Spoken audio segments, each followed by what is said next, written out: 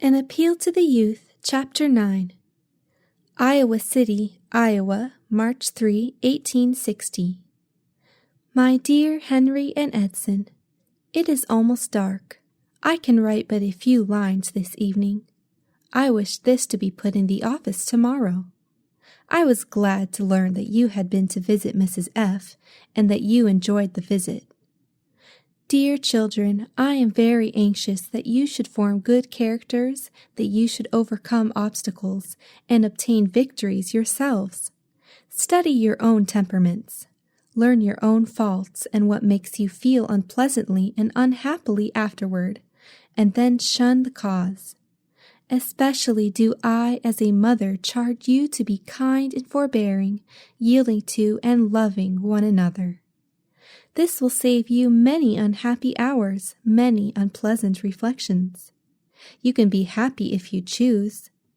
You must learn the important lesson of not always having your own way, but of sacrificing your will and way to gratify and make others happy.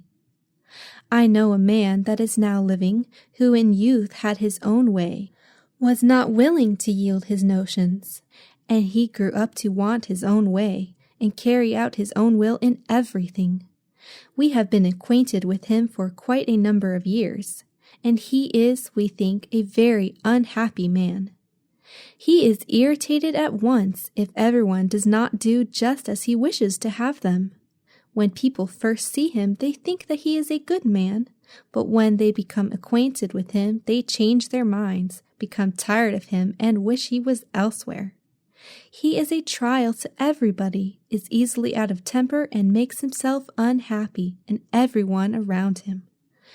Now, dear children, if you would not wish to be like this unhappy man, you must learn to govern yourselves while young. Don't give way to fretful, unkind feelings, but remember that the Lord reads even the thoughts of the heart, and nothing is concealed from his all-seeing eye. Right acts, right thoughts will be remembered in heaven, and every victory you gain when tempted to do wrong, every temptation manfully resisted, will be recorded in heaven. Don't forget, dear children, that evil deeds are faithfully recorded, and will bring their punishment unless repented of, and confessed and washed away by the atoning blood of Jesus. It is easier to go in an evil way than to do right, for Satan and his angels are constantly tempting to do wrong. But there is one who has promised to hear the needy when they cry. Go to God when tempted to speak or act wrong. Ask him in faith for strength, and he will give it. He will say to his angels, "There is a poor little boy trying to resist the power of Satan, and has come to me for help. I will aid him. Go stand by that child who is endeavoring to do right, and when the evil angels attempt to lead his steps astray, gently guide him in the right path and drive back the powers of the evil one." Every one of your efforts to do right is regarded of God. Dear children, live for God, live for heaven, so that when the wrath of God shall come upon the earth, Jesus may say to the destroying angel, "Spare those two praying boys, Henry and Edson White. When in temptation, they prayed to me to be delivered. I have washed away their sins. Come not near to destroy them.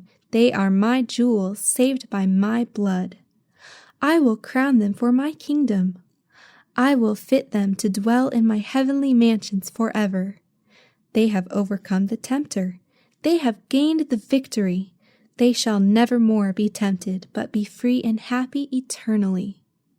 Dear children, will not such a precious commendation from Jesus be worth a great deal more than for you to have your own will here, and to give up to sin and temptation, and to have no thoughts of God or heaven, and make those unhappy around you, and at last be separated from Jesus, destroyed with the wicked, and miserably perish from the earth?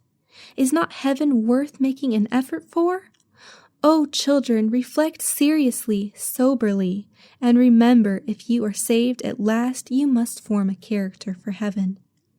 I will leave this matter with you for you to ponder upon. In all you do, be faithful and thorough, even if it takes you longer. Learn to be steady and persevering. Have a purpose in all you do, and carry out that purpose. Your affectionate mother. My dear Willie, I have just finished a letter to your brothers, and will write a few lines to you.